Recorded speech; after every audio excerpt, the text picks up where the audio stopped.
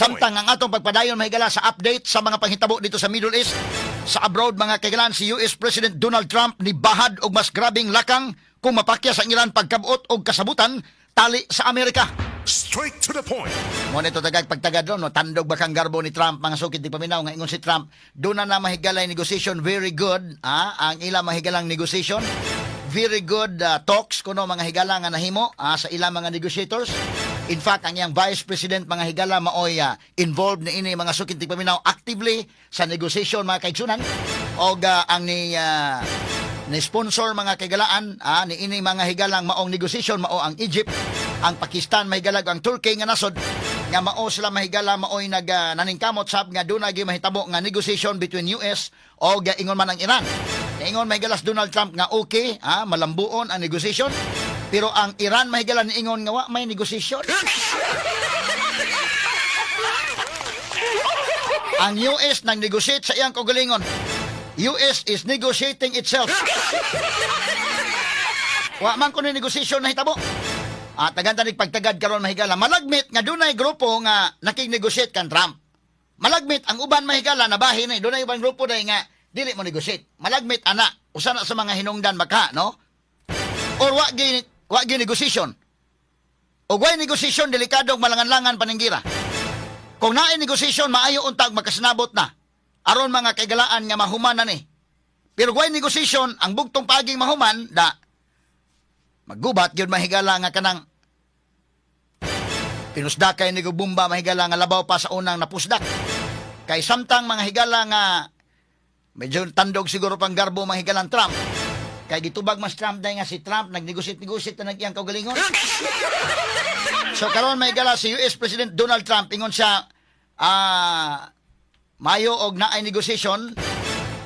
On the way na mahigala ang negotiation pero nagpadapot siya. Iyang gipada ditong 15 point peace deal. Dunay 15 ka mga punto mahigala alang sa pagkabuot sa kalinaw nga gipada ni Trump. Unya nagpadapol si Trump mahigala duha na iyang gipada. Or double agent ni iyang indekin. Di ay gipada nga para sa kalinaw o 15 point agenda okay ba mo ana? Nya nagpadapog US Marines kay og di mo okay gubat na gini. Padayon ang gira, Og matod pang US President Donald Trump ni bahad kinig mas grabe pang lakang kumapakya sa Iran. Pagkabuot ining iyang gihatag mga higala nga chance nga makabuot ang kahapsay kalinaw. Straight to the point. Kata nagpagtagad o buntaga mga sukitig paminaw, no? In fact, gideploy na karon mahigala on the way na ang 82nd Airborne Division sa US Army mahigala, US Airborne Division, ang ilang ranger nga mo adto na mga kagalaan sa may Strait of Hormuz. Straight to the Kata point. nagpagtagad o buntaga, mura ni og masabot nato mahigala unsa man ni negosasyon, unya di apod mga kagala ay ready. Og sa negotiate mo, okay? Og di mo negotiate, na ready na ang pwersa. Kanta nagpagtagad o butaga may gala, kay ingon masang Iran nga, ready mapukuno sila. Ayay, marumalangan tayo ng kalakiha. Ato lang mga higala, mga pagampo nga unta, mas maayo magkabuot ang kalinaw mga kaigsunan para madali tagkahuman ining kalakiha nga mahuman ang gubat o balik tas normal.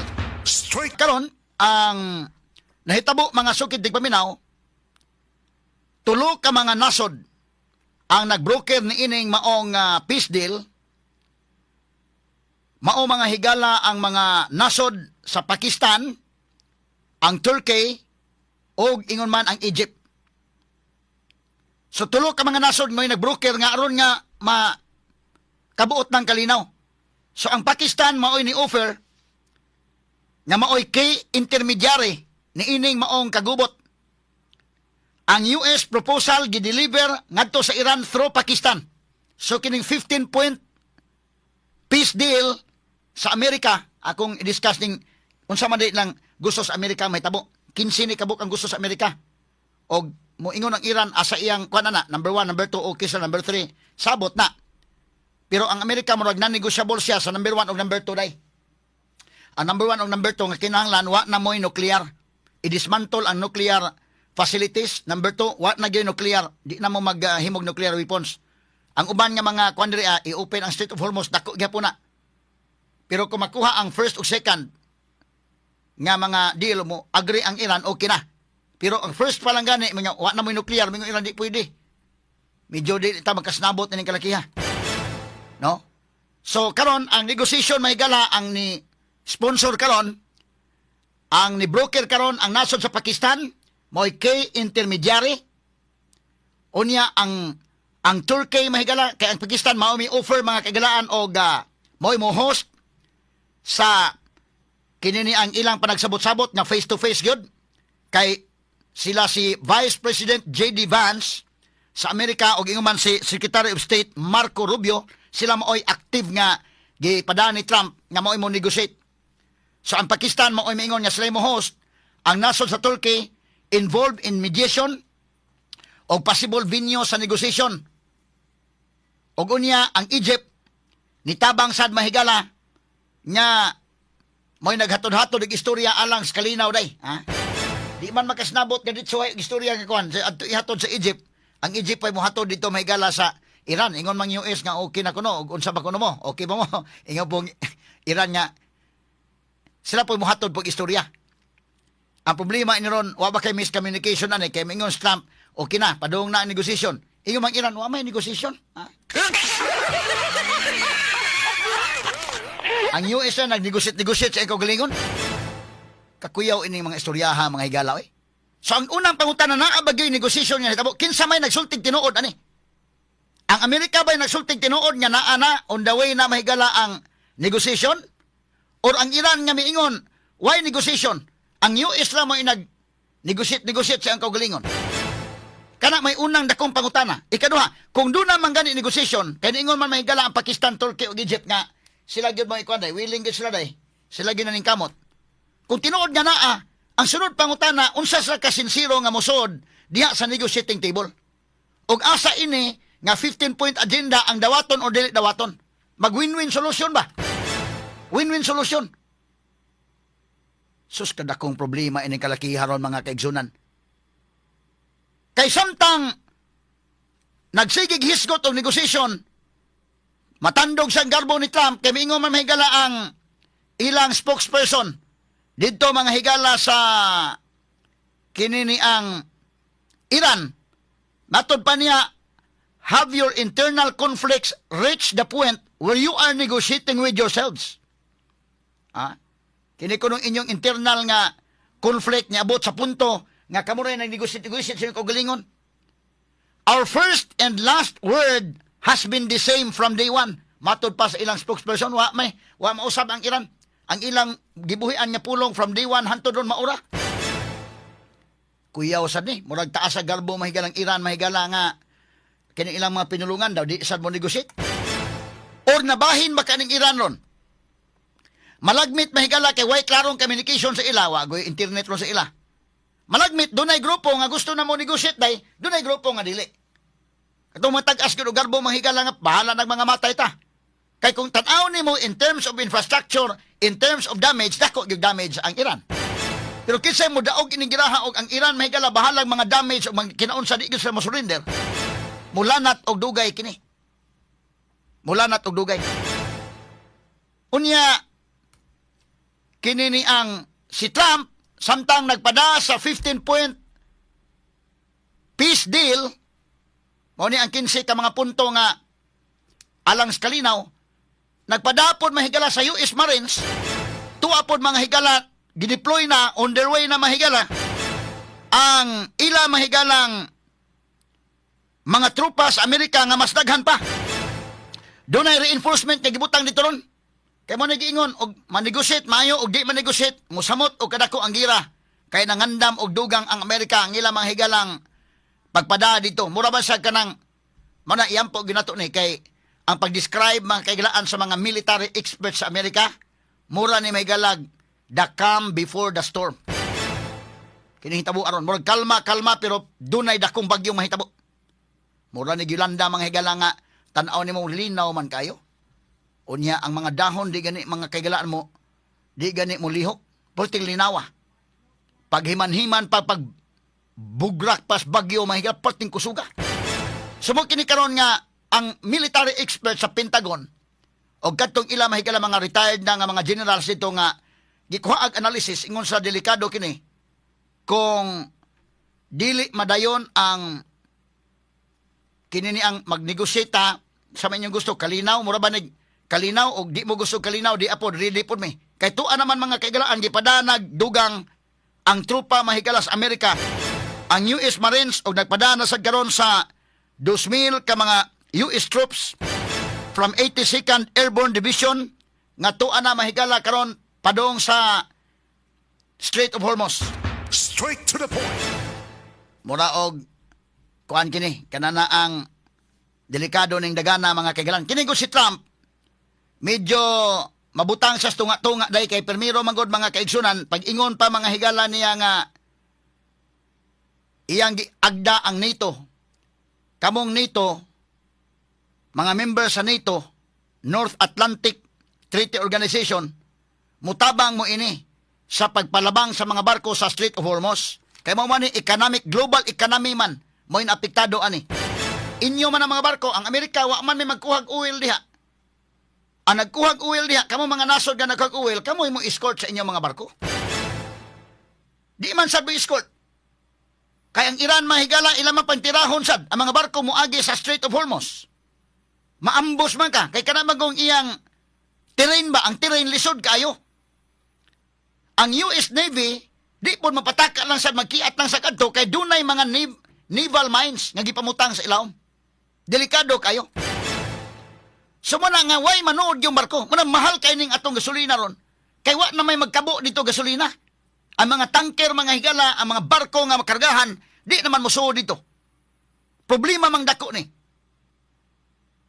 So ingon mahigala nga, mutabang ang NATO members, kinigong NATO, gitukod ning North Atlantic Treaty Organization, ang main principle ani pagtukod mahigala mao nga duna kini grupo sa mga countries nga nagkasabot nga magkinabangay in terms of defense and security. So kung ikaw member ka sa NATO, North Atlantic Treaty Organization, membro ang imong nasod, doon na mo'y defense agreement nga kung atakihon ang usa ka nasod, magtinabangay mong tanan. Tinabangay mong tanan. Daghan man yung mga member sa NATO. 32 countries kining member sa NATO.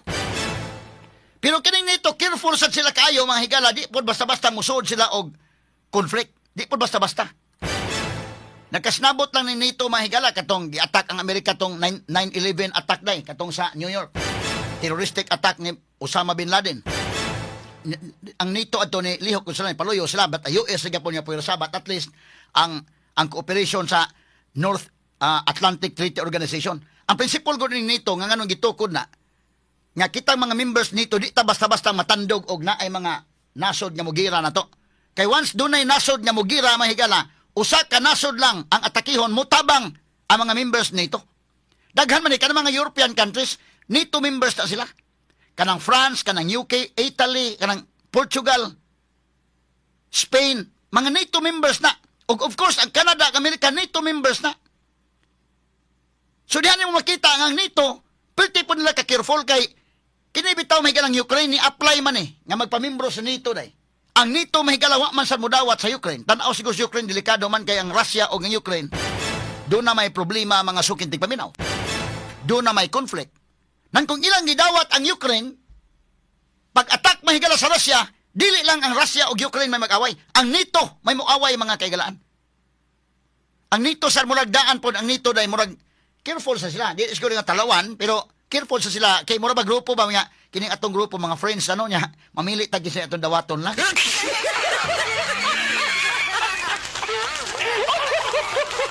Mura ni sa mga barkada, mga 32 na tagabuka, di ta magpadugang na. Unya doon na gani mo apply na to nga gusto mo appeal sa tong grupo, ato sa tan-awon og di ba burukinto. Kay delikado man kung dunay grupo day, og dunay nasod nga burukinto mo appeal. Unya nakakitag away sa mugira man tantanan. Maamong ta. Mura ni sa fraternity ba. Nya kining nakaapa din ron kay kining maong grupo, appeal ang US any founding usa sa mga founding countries ang US. Muna ingon si Trump, asa namang NATO nga naman mo mutabang ani?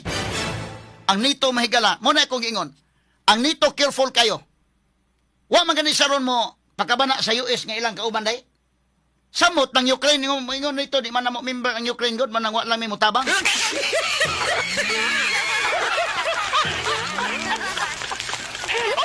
So kay wa mo higala mo imik ang NATO.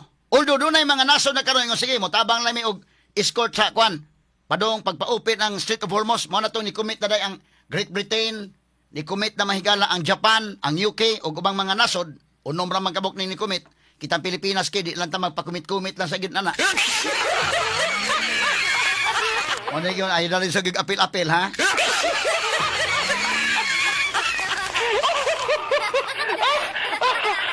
Ang problema ini ron, kay ang NATO, bulan sila ni palayo.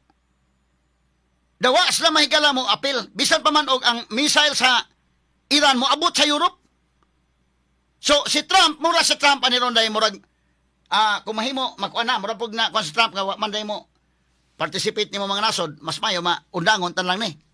Ang problema ron kay, ang presyo ni Trump, dugang presyo ni Trump, kay ang NATO, wa mo hatag mahigala silang commitment nga mo apil, pero ang problema, ang Gulf countries ron day. Ang duol sa Iran, mauna may niingon nga, tiwasan lang ni US. Ang, kinini ang prinsipe mismo, sa Saudi mahigala, Saudi Arabia's Crown Prince Muhammad bin Salman, mauman mahigala og ang UAE ug ang mga Gulf countries. Unsa man ni mga Gulf countries? Kining Iran apil ni sa Gulf countries. Persian Gulf maguna man lang sa Gulf countries. Kanang Iraq, Kuwait, Saudi Arabia, Bahrain, Qatar, United Arab Emirates ug Oman. Niingon naman mahigala nga kana na ang nabala kami og dili mo tiwas ang US ani. Kay kining Iran medyo bully gyud sa iya mga silingan.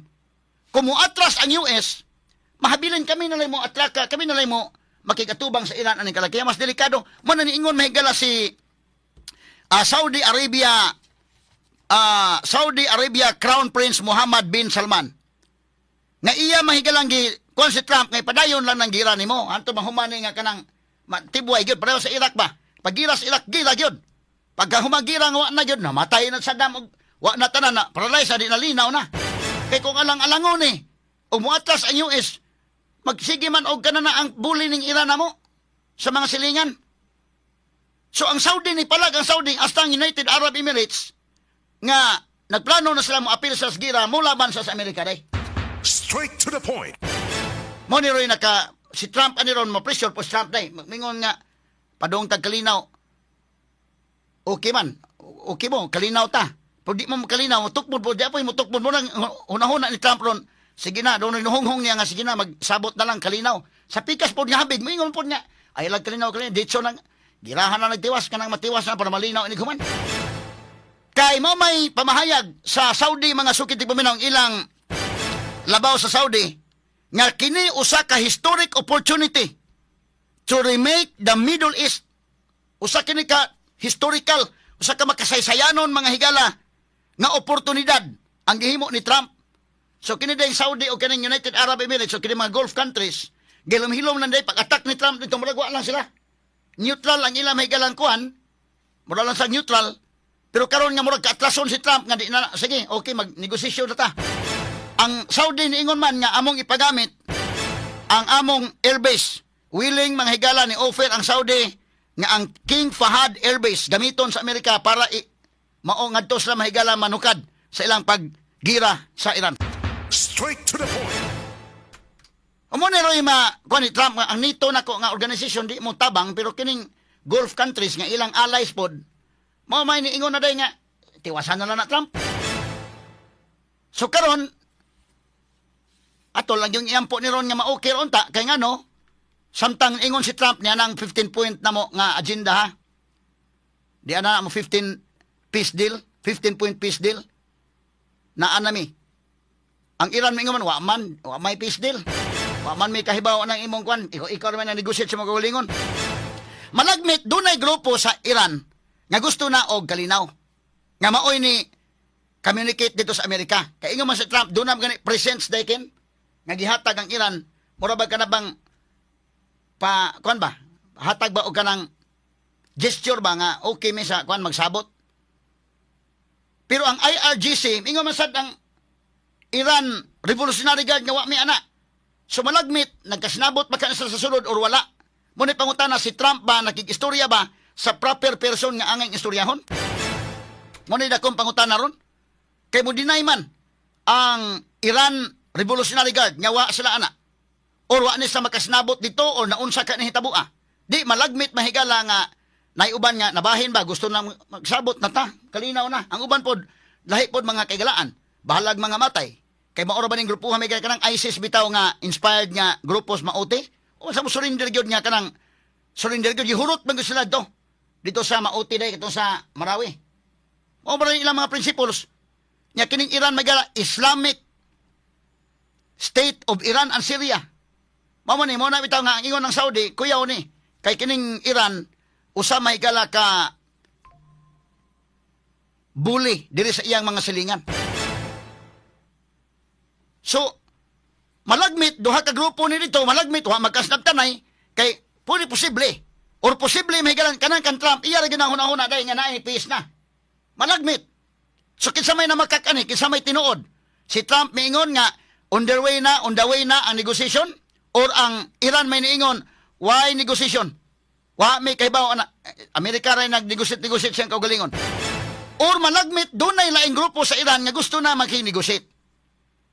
Or malagmit wa lang gyud maklaro ang communication. Kaya pareho nato sa Pilipinas ba nga di mahigalay maingon pait na kita krisis na kita taas na kayong gasolina pait na gyud kahimtang nato krisis na gyud. Maingon po man kanya walang krisis okay lang normal lang.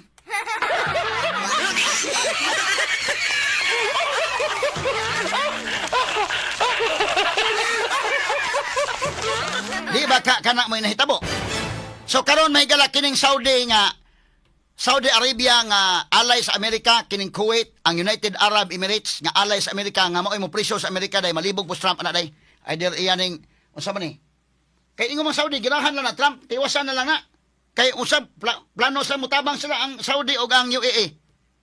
Plano mo apil sa gira mga higala. Kay kuyawan sila kung muundang ang Amerika ani, sila na mahabilin, wa na mutabang sila na lang hinuon, may mo confront sa Iran. So opportunity ni para nila. Kini nga mga punto mahigala delikado ug ang atong kakuyaw no kumudugay pananggira, kita mo'y apektado aning kalakiha kay labi pa Pilipinas. Asa man ta magkuha ba tay source og kwan? Gas aning kalakiha, asa man tang patubil. Practice tagbaktas-baktas sa giani kalakiha ron.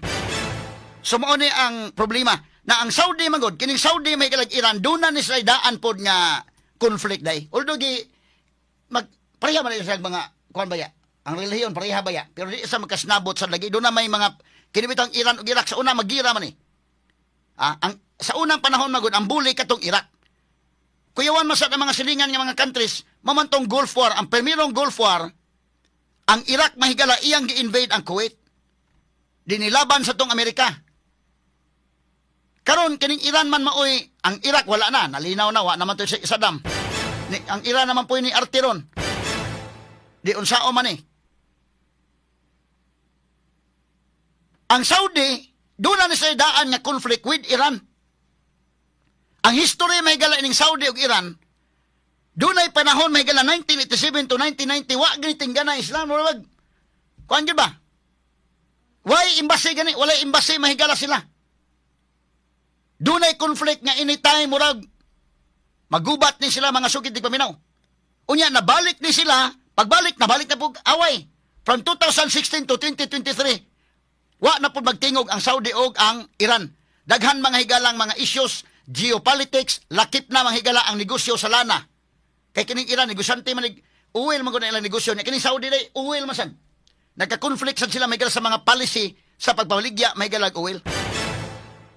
Produktong petrolyo. Muna ilang gika-conflict. So netong 2023, gibroker ni mga higala sa China nga magsabot mo. Silingan naman mo. So China mo yung nabroker nila. Pero karon mga kailan 2026, alay man po din Saudi sa Amerika. Ang problema ron, ang kontra mahigala sa Iran, ang US ug Israel, inigtira bawas mahigala sa Iran, mabawas man ato man tira Saudi po. Kaya doon naman po yung mga US bases na ginaadiha. Ang problema ron Saudi din, naapil mga civilian sila. Suko ang Saudi nga no man ang imong kalaki, Iran nga, inigtira ko ni mo, maapil man may aning kalaki ha?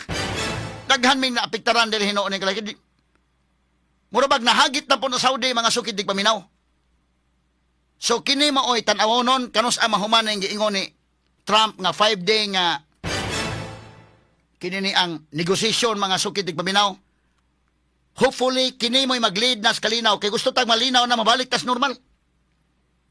Hinaot mo ta may galang gasolina 124 na naman ang diesel.